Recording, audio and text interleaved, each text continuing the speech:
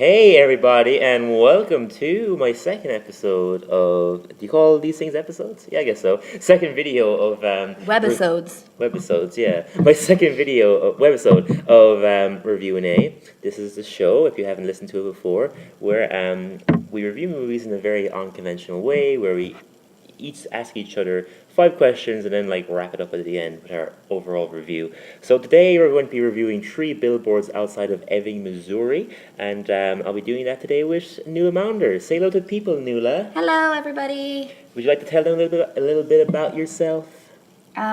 Sure. I go to college with Dillon, and we're studying in college right now. Do you want to plug something that you're doing? You should all go see Bad Girls, which is in the School of Music from the 15th to the 17th of February. Yeah, there we go. So, so we're going to be reviewing Three Billboards outside of Ebbing, Missouri. So, I guess we'll just get right into it. So, seeing as you're the guests, I will ask you your first question. So, pretty simple. Just what did you think of Mildred, just as a character? What did you think of her? Is Mildred the main one? Yeah, the Okay, mother. I wasn't sure. I thought she was a really interesting character because she wasn't a typical mother. And when can we say spoilers in this? Oh yeah, I was supposed to say that at the beginning. This video or this podcast, whatever you call it, will contain spoilers. So if you haven't seen this movie and you want to see this movie, stop listening now. Okay, go on. Okay.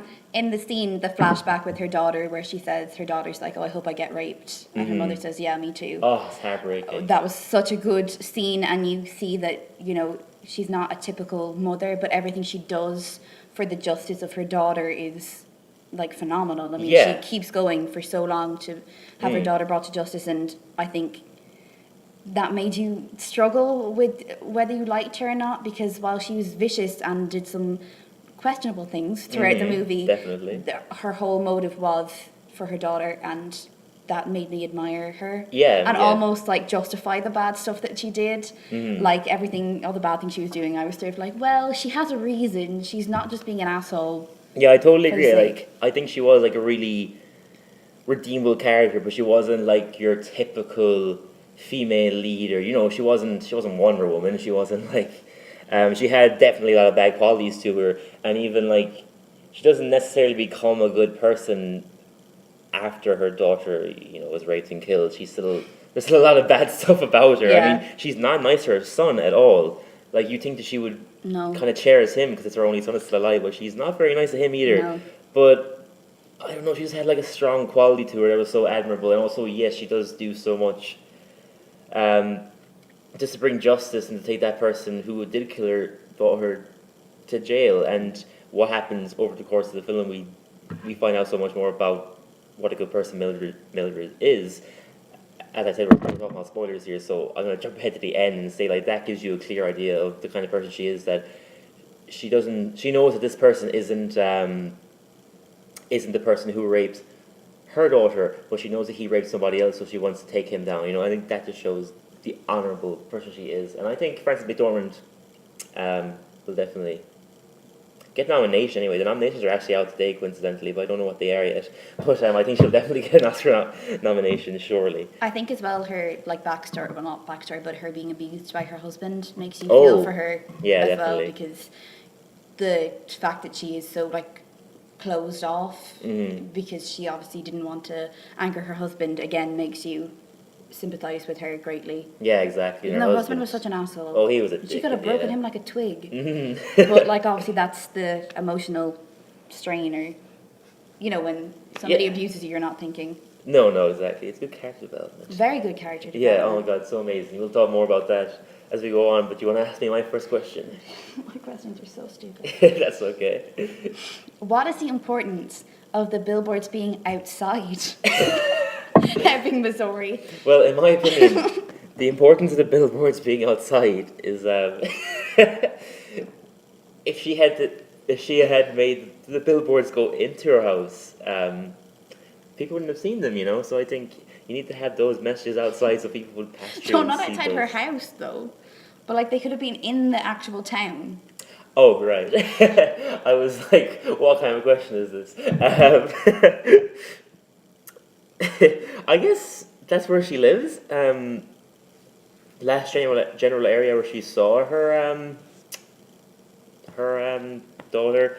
But I think the main reason was just because those billboards. I think when she talks to the guy who gets that stuff done, they like hadn't been used since the 80s or something, so they were going to be the cheapest anyway. And like I remember Woody Harrelson's character saying like they're in the middle of nowhere where no one's going to see them and stuff like that. But they did. Yeah, they did. So the main reason why the billboards are outside of Missouri is probably because that they were cheaper for her. She could afford them. And also, she actually, I just thought of this, wouldn't have probably been given the rights to the ones inside the town. Yeah, probably true. all had stuff on. Yeah, like actual advertisement for real products and stuff. Like if we're being logical here, it just made sense to use those ones. I'm sorry, everybody. Okay, one last question for you. A more serious one. My questions are not serious. Moving on to another character, Dixon. What do you think of him as a character? Dixon was Sam Rockwell, the police officer. Sorry, I was pretty sure. I didn't Okay. want to launch into a conversation about Woody Harrelson and then for you to be no, that not Woody Harrelson. Similarly to your other one, whose name I've instantly forgotten, I think his character was fascinating because in the beginning you're like, this guy is an asshole. Yeah. Such an asshole. And oh my god. he's, they talk about him being like a racist and he's just not a kind human being at all. No. And that, but from the beginning we do see that he loves Woody Harrelson. Yeah, because they have a close bond. when he sees that sign, why didn't you do anything, detective or captain or whatever, he immediately goes and tells him, and, he wants to take it down, not because of, they haven't solved the case, but because of the damage it could do to his friend. Yeah. Which, it's fine, and he's really not a character, like, I enjoyed watching his character, but I didn't like him until after Woody Harrelson dies, and then you sort of see... He becomes more redeemable then, yeah. He was such a complicated character, but beautifully written. Like, Martin McDonagh, my God, like, I don't think anyone else could have made someone who does such shitty things over the course of that movie. Literally awful things. And he's also so stupid. Yeah, he's an idiot. Like, with that scene where the police station is being blown up, or having fire thrown in, he literally doesn't see it at all, and then he runs through the flames. Music, yeah. He's a fool, but somehow still is... Just somehow becomes redeemable. So... Dixon's played by Sam Rockwell, who again I think deserves a Best Supporting Actor nomination, and will surely win because he has won the Golden Globe already. But Sam Rockwell is an actor who I've always really admired. He's done some phenomenal work. Seven Psychopaths and Moon are two movies that stick out to me. Definitely haven't seen either of those, but he's so good in them. And he's such an underrated actor. Like, this is the first time he's ever gotten like real recognition for his performance in anything, and he really deserves it. But in anything I've seen him in before this, he's such a likable character, and I was really annoyed because I was expecting him to be really likable in this, and then like instantly I realized that he was a racist, corrupt police officer who had no redeemable qualities at all, and I was like, oh, I want to like Sam Rockwell in this movie. And then over the course of it, so he does loads of shitty things, and he's extremely racist, and he's sexist, and he goes into that guy who owns the billboard company and beats him up and throws him out the window. And that's such a good scene. Yeah, he's just a monster. Like, actually, when that scene happens, that was the moment I realised, well, there's no way I'm going to like Sam Rockwell's character because he just did that. But then later on, I don't know how he did it, and that goes down to Martin McDonagh being an amazing director and writer, and Sam Rockwell being a great actor. But he ended up becoming completely just redeeming himself, and I actually ended up really liking him by the end of the movie. It was a lovely turn of events, and we actually see the good side to him, because Woody Harrelson's character says a lot during it. He has like a secret heart of gold and stuff like that, and every time he said that, that's crap. Yeah, I like looked at you and I was like, what is he talking about? That's just not real in the least. Yeah, exactly. I think as well, in the beginning of the film, his relationship with his mother is very much sort of like maximum. Yeah, which was, I almost couldn't take the movie seriously after that. I was just like, no. She is often like telling him what to do and sort of like bossing him around, and you're like, this guy has no backbone. But towards the end of the film, he's like, she's really worried about him, and you see that he really cares about his mother, and you see another side to him as well. Yeah, a surprisingly sweet relationship towards the end that I just didn't expect. I actually really cared about their bond. Like when Dixon beats up that guy, when they had that little fight in the bar, and he goes home to... I'd say it was quite a big fight. It was a big fight, yeah. And he goes home, and he goes to the bathroom, and the mom's like crying. That's and being like... such like an intense scene. Really and intense. as well, like, I was starting to like his character just before that happened, and then when he started beating up that guy, I was like, "You're a fool! Yeah. Why aren't you bringing him in for like investigation?" And then you find out he was doing it to get his blood, and it's like a roller coaster. The whole film is a Oh roller my coaster, God, and you yeah. think you figured out a character, and then you have. Okay, guys, sorry. We had to pause there for a moment and move to a different room, but we'll just continue. We were just wrapping up what we were saying about Dixon. Basically, he's a brilliant character, and I really hope Sam Rockwell gets Best Actor, Supporting Actor nomination. Yeah. He won the Golden Globe, and I think he can easily win the Oscar, so boom. Okay, so your next question for me. What do you think would have happened if Woody Harrelson's character hadn't died? If Woody Harrelson's character hadn't died, that's an interesting question. I mean, Thank you. Mark McDonagh Was it better than my obviously- first? Yes. Mark McDonagh obviously wrote it with the intention of him dying. I think it would be a weaker story, to be honest with you. As much as I liked his character, I think him having killed himself really... I completely forgot that he killed himself. Yeah, he killed Until you himself. said it right there. I was like, yeah, he dies. But how? But how? I think if he didn't kill himself, Mildred and Dixon would have remained less dreamable characters, and we wouldn't have gotten to see them grow as people, because at the time period where Woody Harrelson is alive, he's definitely the most redeemable of the three of them, and he's so redeemable that I find it hard to look past. I found it hard a little bit to look past Frances McDormand and Sam Rockwell, because at the beginning they aren't. I mean, okay, Frances McDormand is a good person, I generally, but definitely wasn't able to look past Sam Rockwell, because Yeah. as I said, he kept saying that he was a good person, and I just couldn't see it. So, yeah, I think if Woody Harrelson hadn't died, then the film would have had a lot less scope, to be honest. So, yeah, I think it wouldn't have been as good a movie. It wouldn't have spurred, you know, that scene where Sam Rockwell is sitting in the bar and he overhears your mum talking Yes. because of the letter that Woody Harrelson wrote. Mm-hmm. It's sort of like his death was such a catalyst for Brilliant the catalyst, events yeah. in the show that The movie. the movie that it wouldn't have worked if he hadn't died. No. But at the beginning of the film, I didn't think, obviously I didn't know he was going to die. Mm-hmm. I didn't think he was going to die. That sequence of him like voicing over the letters that he's left people is really heartbreaking. Oh, yeah. And I was when he killed himself, I was like, everybody's going to blame Mildred Uh-huh. for this. And then he wrote her a letter saying, People it's are going not to your blame fault. you. But he was like, it's not your fault. So she has evidence if she were ever brought to court. Yeah, which true. I really liked. No, from I a never thought of it legal that way. Yeah, perspective, she had evidence. that he did literally say it wasn't her. Mhm. And you can understand, like, you know, he was in a lot of pain and it was going to be worse Yeah. for other people than it was for him because he wouldn't be, like, awake for most of the time. Mm-hmm. And it was really sweet as well. We had, like, you know, he was taking the kids fishing and he was having, like, a romantic evening with his wife and stuff like Yeah. that. And it was just so sweet. It was like, we didn't realize until later, obviously, when his wife, heartbreaking moment when she discovers him having killed himself. Oh, God. And when she's reading the letter and stuff, and we realized that he had done all that because he intentionally wanted to make that his last day on Earth. Yeah, it's heartbreaking. Oh my God, It's beautiful. so well done. A lot of things in the movie are things happen and then somebody explains why they did a certain thing and you look back on it in like a different way. Yeah, Which exactly. is like a clever, Oh, so... clever.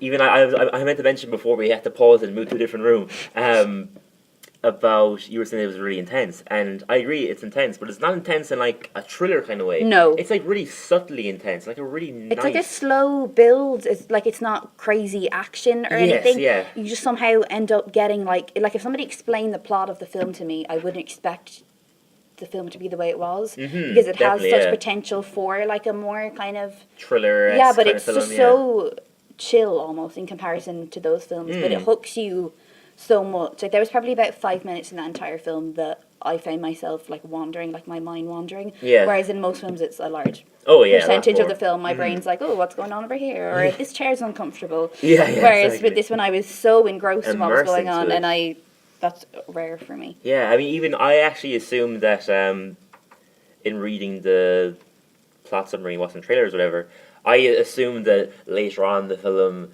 maybe like Sam Rockwell, Woody Harrelson, or something like that, and Frances McDormand were going to get together and like try and find the Yeah, person. that's what I assumed. I thought there was going to be loads of action going, and like they would have been fighting him and shit. That's genuinely how I thought it was going to happen later on. Because if you've seen Mark McDonagh's other movies, which I don't think you have, Seven Psychopaths. I definitely haven't. You haven't, no. Seven Psychopaths. Read The Pillow Man though. Cool, yes. Seven Psychopaths and In Bruges, they're actually a lot more action packed Oh, that's a person. than this movie was. Sorry, we had to move it to another room. If from having seen In Bruges and Seven Psychopaths myself, I assumed that it was going to be a lot more action-packed than it was, but I wasn't actually bothered by the fact. No. I wasn't bothered at all. I actually really liked. It didn't cross my mind that it didn't end up being what I thought it was going to be. It didn't disappoint me that it didn't end up being what I thought it was going to be. Like, this film had the ability to keep me at the edge of my seat in a scene where two characters are sitting down having dinner. Do you know, like, Yeah. that was the power of this movie. I can again just remembering that Peter Dinklage is in this film. Yes, I have a question about it sorry. coming up.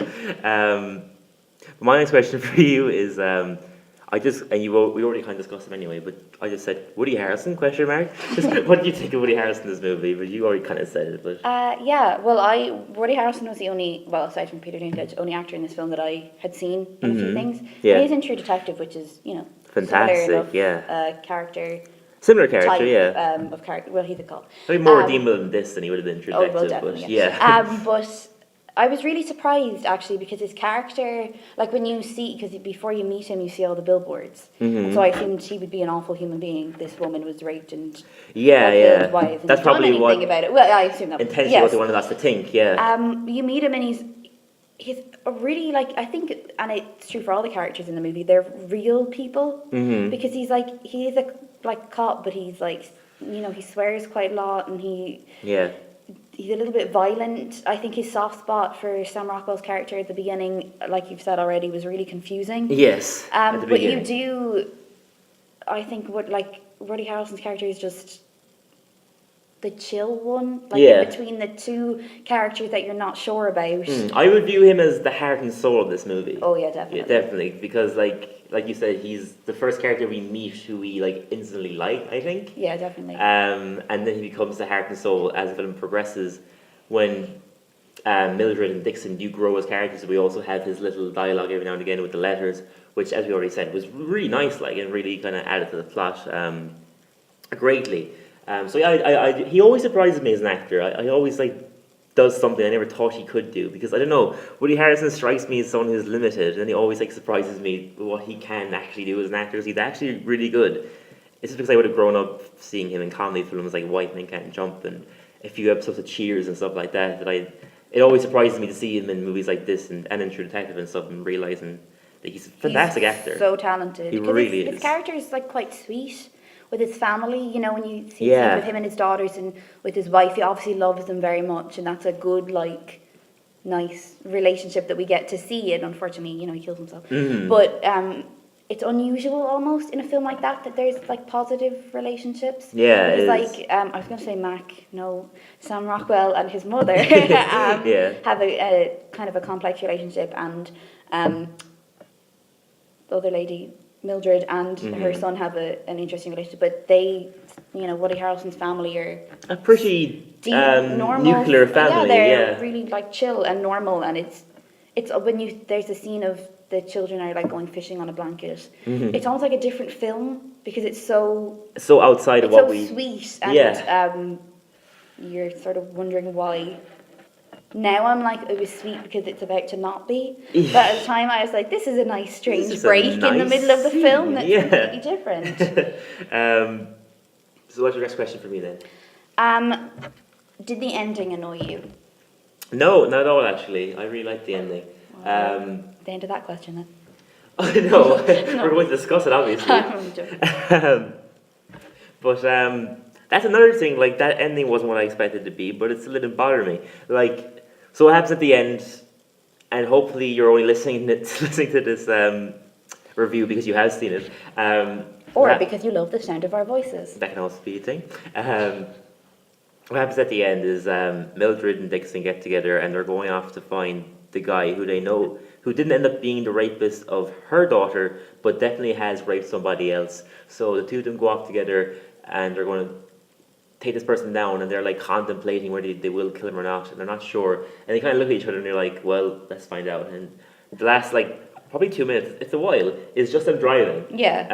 And I, like you, were thinking that we were going to actually see them go do something. Yeah, go take that guy down. We were going to see all that and see what develops there. But I ended up really liking that they just cut it off there and the credits came up at that moment. It was like a poignant ending, and it was a nice kind of showcase of like, life goes on. Yeah. The story is never going to come to a proper conclusion, just like a lot of cases of murder and kidnapping or whatever. And I thought it was a really sweet. Was it sweet? No, not necessarily sweet, but it was. It was definitely not what I expected from the ending, because I did expect for there to be closure. Yes. To either find out that this man was the man that you initially think is the rapist, is the rapist, or for them to, I don't know, find him or something. Yeah. But I looked at my phone because myself and Dillon had somewhere to be after the film, just to make sure it wasn't like running over. And I was like, oh, there's only 15 minutes left. They're not going to find and kill this man we haven't met in 15 minutes. Yeah. And then I was really starting to think, well, how are they going to finish it? And when I walked out, I was like, no, that's not fair. You have to give me more, which is why I suggest a sequel for Bilboards outside Ebbing, Missouri. But I do think actually it was the best ending for the film. Yeah. Because she's raped, it's a sensitive issue, and the way that they would have found him, I don't know how that would have worked if they had found him. Would he have been arrested? Would Mildred have killed him and then she would have been arrested? I think it is better to let you make up your own ending. Yeah, make up your own ending. Let your imagination run wild. Exactly. Personally, I hope they killed him. But, yeah, I do as well. Yeah. But yeah, I think it is nice. Yeah, it's very open ended. I think Mark McDonagh kind of does that anyway. He kind of likes to kind of leave a sort of a blank conclusion to all of his work. But I was the same as you. At first I was like, really, it's over, that's it? But I went to the bathroom, like, kind of like took a moment thinking about it, and I was like... It was the bathroom, you're right. Yeah. That was in fact the same moment for me where I was like, no, this is an accurate, like a good ending. I did think maybe there might be like an after credit sequence. No, it's not that kind of a movie. I just really hoped that there would be like another half an hour where they like... they figure out who it is. No, like, yeah, and actually the more I think about it, because we're doing this review now a week after having seen it, the more I think about it, the better I actually think this film is. That film as well, but the better I think that ending actually is, because it was tremendous. My next question for you, a much less serious question: why did they get Peter Dinklage to do a scene where he just holds a ladder? Yeah, of all the people on the planet, Peter Dinklage is probably the worst to be holding a ladder, because like, what support is he giving at all to the ladder? And to a much taller lady. When I looked up the film when we were suggesting going to see it, and I saw his name, credited, and I was like, great, I love Peter Dinklage. He was in about 10 minutes of the whole film. Yeah. His character was so strange. Like, it was almost unusual. The only really reason he was necessary was to give an alibi for Mildred when she burned down the... Burns, yes, that's the word, down the police station. And nearly killed Dixon, yeah. Yeah, what a great scene. Yeah, fantastic. But I think, I don't know, I also really liked his character because he was a nice person. Yes. And I felt and he was funny. So Comic awful relief. for him when I don't know what she says, but he's like, I just asked you out for dinner. It's not the worst thing in the world. I can't remember what she said. No, she didn't say anything. She was being really, really quiet. Yeah, she was being really rude. At that dinner, yeah. And then he said, I had a ladder for you, or something like that. Don't bring it up. It's not that big of a deal. But no, I had that thought like a couple of days after, that they literally had a day where they got Tyrion Lannister from Game of Thrones to do a scene where he just holds a ladder. He has no dialogue in that scene. But he's just like, you can't see what I'm doing, but he's just holding the ladder, looking up. That's literally all he does. So useless to the situation, and somehow he got paid for that. I'm sure, loads of money. They probably brought in quite a lot of people as well. Yeah, true. But his character Game of Thrones fan base, I'm sure. So, just not. No, it would be my only. You would expect. It would be my only gripe with the film is that he's a little bit. There could have been a lot more to him. He's an interesting character, and he plays the character really well. But we don't get to see a whole lot of him. Yeah. I would have liked to see more of him personally, but I do like what he does with the character a lot. I think he's a fantastic actor. And he's totally different to Tyrion Lannister in Game of Thrones or anything else. Absolutely, I would have seen him in anyway. I think he does something completely different. And yeah, he's really good in it. But yeah, as I said, he's a little bit wasted. But He's just kind of randomly introduced in a bar scene. Yeah, exactly. He's just kind of there. He just flirts with Mildred, and it's quite funny. Like, he's a very funny character as well. I would consider him to be the comic relief of the film. Yeah. Him and I completely forgot about this, but Mildred's husband's current girlfriend. I was just about to say that. I don't know, like, if Martin McDonagh wrote the script and handed it to somebody and they said it needs more humour. Yeah. Or he had that written already. But she is fantastic. I mean, she So walks funny. into a room where a man is like holding one by her throat, the child is behind him with a knife, and she just rambles on like you would if you accidentally walked into a room where they were filming something, or you know, a normal situation. She just has absolutely no. Oh, it's so funny. Chill. She's like, yeah, I was just hoping to use the bathroom. Like, oh, such a funny character. Everything that she does is fantastic because it's so not. It's very Brechtian actually because it takes you out. Like that seems so intense, and then it's kind of isolates the scene. Yeah, then the when intensity. she's kind of done speaking, they realise that they're not going to kill each other, and they sort of move apart. Yeah, exactly. But it's just, I was not expecting that at all. No. Because she just sort of appears and you just hear her voice. Yeah. It's so fantastically done. She's not in the movie a whole lot, but she's in it the perfect amount, I think. Yeah. But literally every moment she's on the screen, I was in stitches. It's golden. Like, fucking fantastic. If somebody showed me an isolated clip of her speaking and you couldn't see anything around her, I would not put her in that movie. No, I would be, no, she doesn't fit, but she somehow does fit really well. She fits because she doesn't fit. Yeah. Do you know what I mean? Yeah. Really is a fantastic character. Another kind of comic relief and just takes you out of the movie, but in a good way. Yeah, it's not like, this isn't realistic. It's more of this is less tense now. Yeah, exactly, because of this dumb lady coming in and just saying the wrong thing. And she knows as well that Mildred doesn't like her, that Mildred knows of her and doesn't like her, and she still confidently walks into the house. I mean, you have to applaud her level of confidence. Oh, yeah. If you saw your current boyfriend strangling his ex-wife, would your first thought be, sorry to interrupt, can I use your bathroom? It wouldn't be mine, me personally, but apparently she gives zero shits because she just went for it. Like, yeah, what a lady. What's your next question for me? Okay, why didn't Mildred bail her friend out of prison? Why didn't? That's a good question too. That really pissed me off. I never thought about because that. She's in prison because of Mildred, not because of Mildred. If you forgot, who is it? Is it Sam Rockwell's mother says go after her friends, and so then Sam Rockwell finds lead on the lady and puts her in prison, and Mildred finds out about it and she's just like, oh, you nasty guy, and does nothing about it for the rest of the film. And then she just sort of turns up later and it's totally forgiven. I wouldn't be happy with that if that were me. I'm not saying like Mildred is rolling in money, and, but still. Here's her body, I never really thought about that. But it goes back to she's such an anti-hero. Yeah, she definitely is. And I guess that would have been an element to her as well. I haven't put any thought into that, but I'm sure some people did, that she surely should have bailed her out, but she just didn't. That was my first thought when she walked out of the police station and then for the next 40 minutes proceeded to not even speak about her friend. Yeah. In the back of my mind I was like, what are you doing? She's in prison because of you. Yeah, I guess Mildred, it's almost like she's so focused on that one person that she used to have in her life, her daughter, that she takes the people who still are in her life for granted, being that lady who she works in the gift shop with. I'm pretty sure owns gift shop and gave her that job.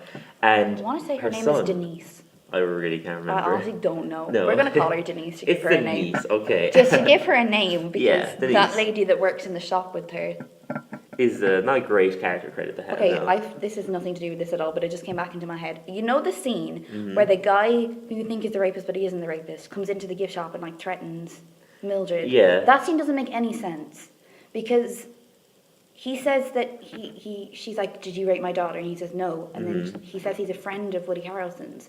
But if he was only driving through the town, he can't possibly have been a friend of Woody Harrelson's. I think it was him. I'm putting it out there. There's probably theories you can make up. I mean, me and Nuala had a theory coming out of it that I definitely think it was him. That Sam Rockwell took his own blood because he had no way of really knowing because he was bleeding as well, so he had no way of knowing which blood it was he was taking a DNA sample for. So maybe it was his blood that they had tested on. So obviously it was negative and there was no trace of it. Could possibly be a reason. But again, it's a very open-ended film that you can make up loads of different things because those things aren't answered in it, but not in a bad way. Because I've seen so many movies before that leave me with more questions than answers, and I get really annoyed with them. But it's this almost film, like those movies just forgot that they raised the question Exactly, rather than yeah. specifically not answering it. This film is aware it's Yeah, not answering it's those questions. very aware yeah. that it's not answering questions, whereas this one is just sort of like, no, we asked the question, but we're not going to give you an answer. Yeah, exactly. Whereas there are so many films out there that you're just like, that didn't make any sense, and you clearly just forgot what you wrote 5 pages ago. Yeah, exactly. It has to be. My was that your last question for me? Second last question. Oh, second last question. Okay. Did so you my- ask me first? Yeah, you're right. Sorry. My last question for you is actually we already discussed it, but if you Yeah, have, we kind of discussed my one as well, which is okay, cool. If you have anything else you want to say about it, it was just what do you think of the ending, but you kind of yeah. really. Yeah, I really liked the ending actually. It was definitely one that I was frustrated with at the beginning, Mm-hmm. but then I thought to myself, no, it fits the movie perfectly. Yeah, absolutely. And I don't think any other ending would have No. fit the movie as well. Yeah, I think for a kind of movie like this, there was no way of properly concluding it. It would have, I think. Right, we're in a different room again. We were in 4 rooms in this over the course of this review. Wrapping up, I said about the ending. I think it's nice that it's a very open ending because I think it's the kind of film that it would actually probably feel less rewarding if we had been giving a proper ending where we know exactly what happens. Yeah. I think it's the kind of movie where it makes sense to leave some questions unanswered because it's realistic, it's real life. Everything that happens in this movie can happen in real life. There's no aliens in it or anything, so it makes perfect sense. So, what's your last question for me, Nuala? My last question for you, we kind of talked about, but Mm-hmm. when you went to see the film, did you think or did you expect for Sam Rockwell's character to be so complex? I expected him to be complex because he had worked with Mark McDonagh before on Seven Psychopaths, who was a complex character, and I knew that he was the main character in it. And I know Mark McDonagh is not going to. All of his main characters in the movies are going to be in his plays and stuff are complex characters. So yeah, I was expecting them to be complex, but definitely not as much as he ended up being. I did not expect Sam Rockwell's character to be a character who I instantly didn't like. I think over the course of the film a little bit was like, maybe he's redeemable. And then towards the end was like, oh my god, he's actually kind of a good person. I mean, I still don't think what he did at the beginning of the film was good. Like, I still think he did some nasty things in it. But by the end of the film, I actually really liked him. Yeah. And again, he's the same as Mildred. He is an anti-hero. He isn't a 100% good person in any way, shape, or form. But that's what made him such a good character, is that he's not that. He's not Superman. Like, he's not... He is completely flawed. Yeah, 100% flawed. And as well, just take place in Missouri, which is, if I believe, in like kind of the middle of America. So there are racist, still quite a few racist tendencies it's a down backwards area, Which brings me to my hilarious point. Mm-hmm. Missouri, misery, coincidence? Oh my gosh, probably not. Taken from Modern Family. Oh, right. I just think that's hilarious. Cool. But yeah, I didn't expect his character to be as complex as he was, and I was delighted by the end of the film about how complex he was. And just one of my favourite performances I've seen in any movie in a while, to be honest. He was absolutely tremendous in it. So yeah, that's the end of our questions. I'm going to wrap up my overall thoughts in this movie and give my final rating, and then I'll let you do it. So, for me, Three Billboards Outside Ebbing, Missouri has little flaws for me, really. I generally think it's really good. I generally think it's going to win the Best Picture Oscar, if I'm being honest. And if It should. It should, yeah. Although I've seen none of the other nominations. Me so neither. I don't think.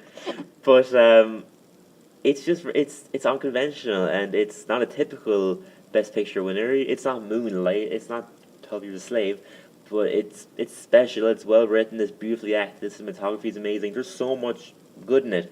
I wouldn't say it's a pitch perfect movie. It's pretty close to one. So my overall rating for Three Billboards Outside Ebbing, Missouri would be, I'm going to say 9.5 out of 10. Yeah. What Are we about allowed you? to do 0.5s? Yeah, yeah. I would also give it a 9.5 out of 10. Really? Do you want But to? they were just like tiny parts that I Mhm. was like, either that I didn't think they used. Why is his name not coming back to me? I had it in Oh, the other Peter room. Dinklage. I didn't feel like they utilised him. I thought his character was a bit not as fantastic as the rest of them were. And there was Yeah. tiny bits like that that annoyed me, but not Mhm. enough to diminish it a whole point. No. But I just like because those small little things, I Yeah. couldn't give it a perfect 10 out of 10. Because to me, a 10 out of 10 movie is a movie that I had literally no problems with, and I had the smallest issues with this movie. Yeah, I mean, like tiny. I'd almost give it like a 4 3/4 or a 9 3/4. Out of 5, like. Yeah. Yeah, exactly. Because it was just that good. Generally, a And I don't brilliant normally film. like films like that either. Really? Like I wouldn't be. I guess. Yeah, I you're don't more even like know how you would musicals. define that film. It's not like a thriller, Mhm. or it's like a dark comedy kind of. Yeah. With also suspense and. If I was to Lots compare of to things. anything else I've ever seen, I would say Better Call Saul. Because Better Call Saul, I know you haven't watched that, but it's No. very much a show where you feel the intensity of it, but it can just be in a scene where characters are sitting down having a smoke or something. You know, Yeah. it's that kind It's of... very well done. Or- Yeah, just kind of very gritty character development. It really takes its time, never rushes anything, never tries too hard to put us at the edge of our seats, but actually manages to have us at the edge of our seats anyway, just by being Yeah. well written, you know. Definitely. And yeah, that's my general opinion of that movie. Really great one. So Watch thank it. you. Yeah, watch it, Although- really. Hopefully, at this point, you have watched it. Yeah, because otherwise the film's You would have just ruined for completely you. spoiled this film for you. But it's honestly, But it's still so good. watch it. I'd still watch it. I'd Yeah, watch me it too. again, which is not something I would normally say. Yeah. So close to having seen a movie for the first time. It's honestly fantastic. That concludes my review. Thanks for listening, guys. Say goodbye to the people, Nuala. Bye, people. Woo! Woo!